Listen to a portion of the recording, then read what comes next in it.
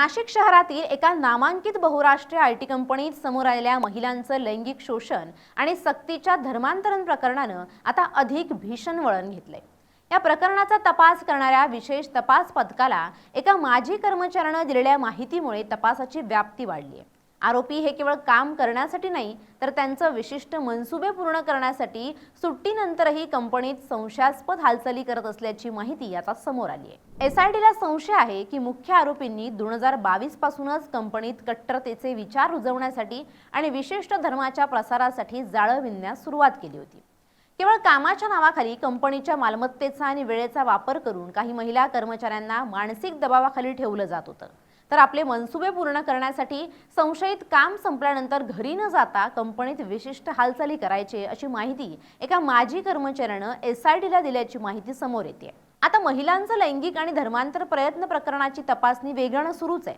संशयितांना देशाबाहेरील व्यक्ती किंवा संघटनांकडून फंडिंग होतं का याबाबतचा तपास आता एसआयटी कडून सुरू आहे। तर कंपनीमधील संशयितांच्या बँक खात्यांची देखील एसआयटी कडून चौकशी केली जाते। तसंच ईमेल, चॅट्स, कॉल रेकॉर्ड्स, धमक्या यांची देखील तपासणी सुरू असल्याची माहिती समोर येते। दरम्यान या प्रकरणातील महत्त्वाची संशयित आणि कंपनीची एजीएम अश्विनी चैनानी हिच्या पोलीस कोठडीत नाशिक न्यायालयानं 15 एप्रिल पर्यंत वाढ केली आहे।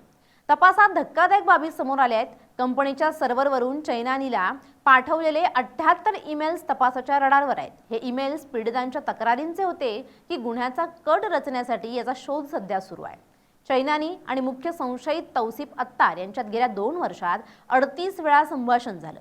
दानिश शेख आणि रझा मेमन या संशयितांशीही ती नियमित संपर्कात होती।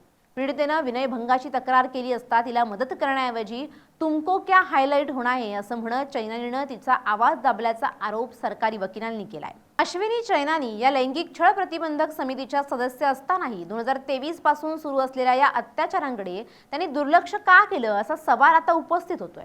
पीडितेवर मानसिक दबाव टाकून तिला हतबल करण्यात चैनानी यांची मोठी भूमिका असल्याचा संशय बळावलाय।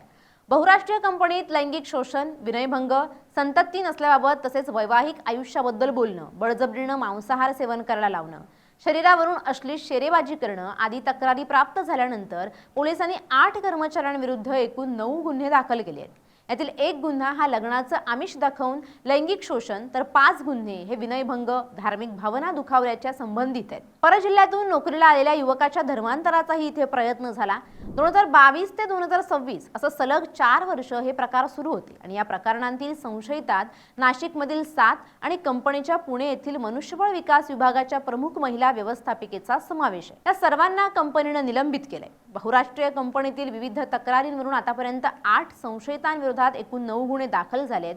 यामध्ये 6 पुरुष तर 2 महिलांचा समावेश आहे।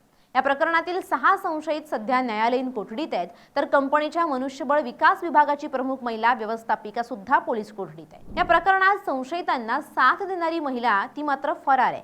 ती अद्याप पोलिसांच्या हाती लागू शकलेली नाही। त्यामुळे पोलीस पथकं सध्या तिच्या मागावर आहे। त्यामुळे या प्रकरणात अजून कोणत्या गोष्टी बाहेर येतात हे पाहणं महत्त्वाचं ठरणार आहे।